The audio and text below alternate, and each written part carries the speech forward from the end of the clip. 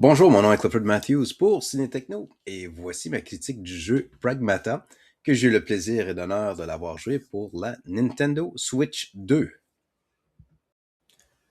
Aujourd'hui, on parle d'un jeu qui a suscité énormément de curiosité depuis son annonce. C'est un jeu mystérieux, c'est un jeu très ambitieux et surtout c'est un jeu qui propose quelque chose de différent dans le monde de jeux d'action. Le jeu Pragmata. C'est un jeu qui est de science-fiction développé par Capcom. C'est un studio qui est reconnu pour des séries majeures comme Resident Evil et Monster Hunter. Pragmata est sorti le 17 avril dernier sur la Nintendo Switch 2 ainsi que d'autres consoles. Mais aujourd'hui, évidemment, on va se concentrer sur la version de la Switch 2.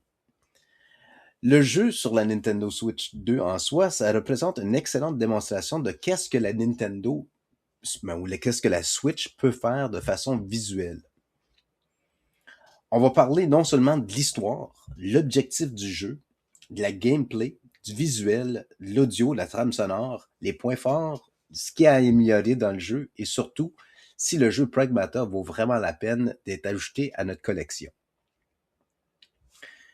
L'histoire de Pragmata se déroule dans un futur proche. Alors, sur une station de recherche située sur la Lune, il y a une installation qui a été abandonnée. Tout est silencieux, le tout est assez mystérieux. Puis là, on incarne un personnage dénommé Hugh. Lui, en soi, c'est un explorateur, un survivant. C'est un homme qui se retrouve coincé dans une base pleine de dangers. Mais rapidement, on rencontre un autre personnage.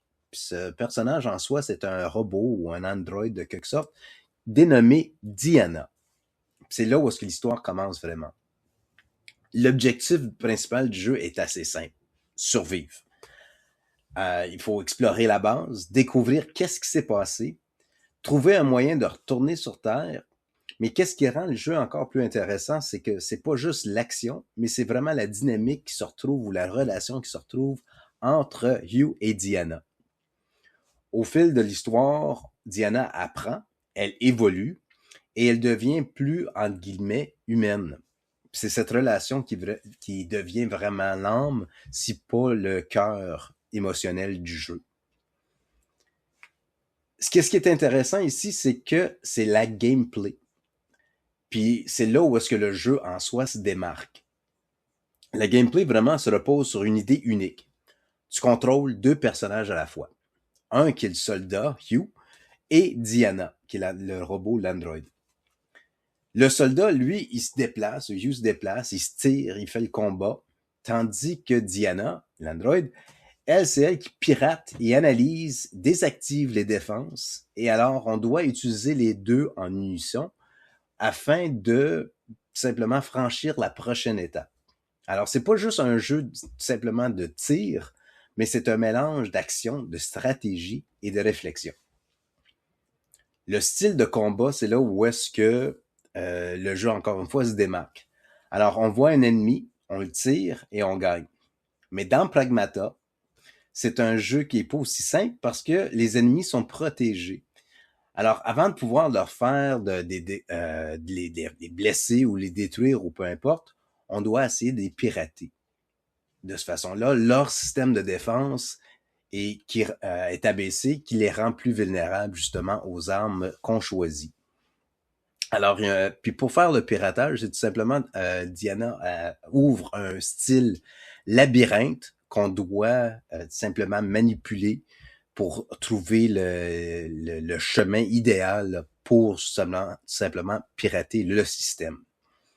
Alors, donner un exemple, c'est qu'on rencontre un robot, on le tire, le robot n'est pas affaibli, alors là, on fait un piratage de quelque sorte, il y a une interface qui apparaît, il y a un casse-tête ou un énigme, comme j'ai mentionné, un labyrinthe.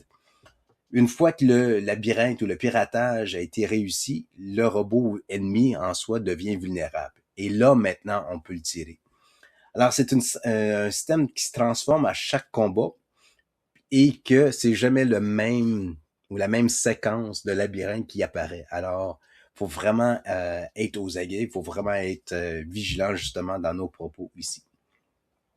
Alors, c'est le piratage dans ce cas ici qui est le cœur de la gameplay. Alors, c'est une mécanique qui est très bien conçue.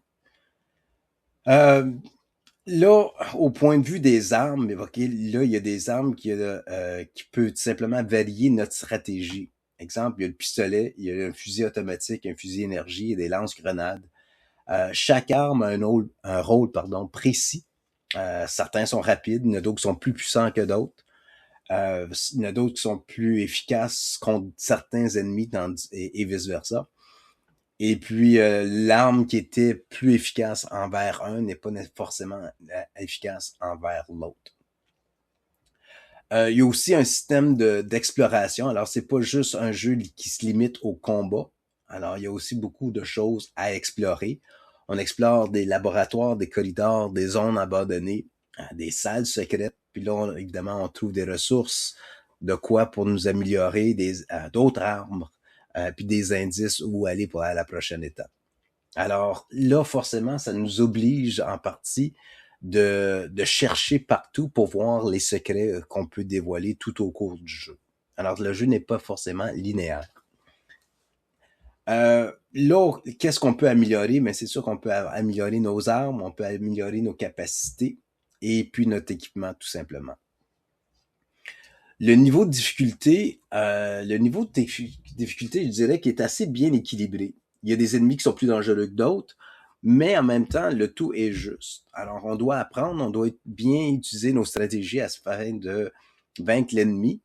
Il y en a qui sont plus faciles que d'autres aussi, évidemment. Les boss en particulier sont assez intéressants. Alors, chaque combat demande une stratégie différente. Là, visuellement, je vais dire que visuellement, Pragmata, c'est un jeu qui est très bien réussi sur la Nintendo Switch 2. Le tout est très détaillé, l'animation est futuristique, le jeu est immersif. De loin, la minute que j'ai commencé le jeu, je me suis dit, ça c'est peut-être le plus beau jeu de la Nintendo Switch 2 que j'ai vu. Malgré que oui, qu'il y a d'autres jeux auxquels que c'est plus style animation, bande dessinée et autres, mais visuellement, ce jeu, dès le départ, il est captivant à nos yeux, évidemment. La performance de la Switch 2 est stable, le jeu est fluide, même de façon portable. Alors même de façon portable, le jeu, visuellement, il est aussi beau que au grand écran. Alors, l'expérience en soi est très agréable. Au point de vue de la trame sonore, elle se jumelle très bien avec le visuel. Je vais dire même que c'est un autre point fort du jeu. On dirait que le tout est assez cinématographique, est émotionnel. Les voix qui sont dans le jeu sont bien incarnées aussi. La musique ou la trame sonore, encore une fois, elle s'adapte aux situations. En autres mots, c'est calme pendant l'exploration, puis la musique devient plus intense lors des combats. Les effets sonores sont très bien réalisés aussi. Le son des armes ont un son puissant. Les ennemis ont des sons mécaniques assez crédibles. Puis l'ambiance, tout simplement, renforce l'immersion du jeu. Ce que j'ai bien apprécié du jeu, c'est évidemment la gameplay qui est originale. Le système de piratage qui est assez unique. Les combats, c'est stratégique de A à Z. L'exploration, ça nous donne envie d'explorer notre environnement. Au côté artistique, le tout, l'idéologie du jeu la direction artistique dans ce cas-ci est très forte. L'immersion est hors pair. La conception du tout est innovant. Et puis, l'expérience, en tout après moi, est assez mémorable. Qu'est-ce que je vais dire pour les points à améliorer? Il y en a quelques-uns, mais je vais encore dire que c'est un peu des pics à dire, là. C'est que, il y a quelques combats avec les ennemis, je vais pas dire secondaires, je dirais peut-être même tertiaires, qui peut être répétitif. Pour certains joueurs, je peux voir que la vitesse ou la nécessité de faire le piratage peut en frustrer plusieurs. Ça tellement qu'on va vouloir peut-être abandonner, mais tenez le coup, ça vaut la peine. L'histoire, c'est sûr qu'il n'y a rien de révolutionnaire ici, mais l'histoire demeure intéressante tout de même. Mais on a déjà vu quelque chose de semblable. Puis là, un autre un point faible, ben pas nécessairement un point faible, je dirais que la durée de vie du personnage principal, dans ce cas-ci, Hugh, peut être un peu courte. Alors, tout dépendant comment notre approche, la façon d'attaquer le jeu en soi, ça peut en frustrer d'autres aussi. Alors, faut vraiment être aux aguets là-dessus pour... on peut pas tout simplement se foncer de l'avant, faut vraiment être stratégique dans l'affaire. Alors, la durée de vie est un peu courte, selon moi. Là, est-ce que le jeu vaut vraiment la peine d'être ajouté à notre collection? Moi, je vais dire oui. OK? Pour la simple raison, c'est un jeu de science-fiction. C'est un jeu d'action qui est différent des autres. Visuellement, pour la Nintendo Switch 2, c'est un jeu qui est très bien réussi. Je dirais même que c'est peut-être un des plus beaux jeux que j'ai vu de longue date. C'est sûr que c'est pas un jeu parfait, mais c'est un jeu qui est quand même unique et ça fait du bien d'avoir ce style de jeu, cette nouvelle franchise y apparaître et en espérant qu'il y a une suite ou une continuité des histoires de Hugh et puis Diana dans ce cas-ci.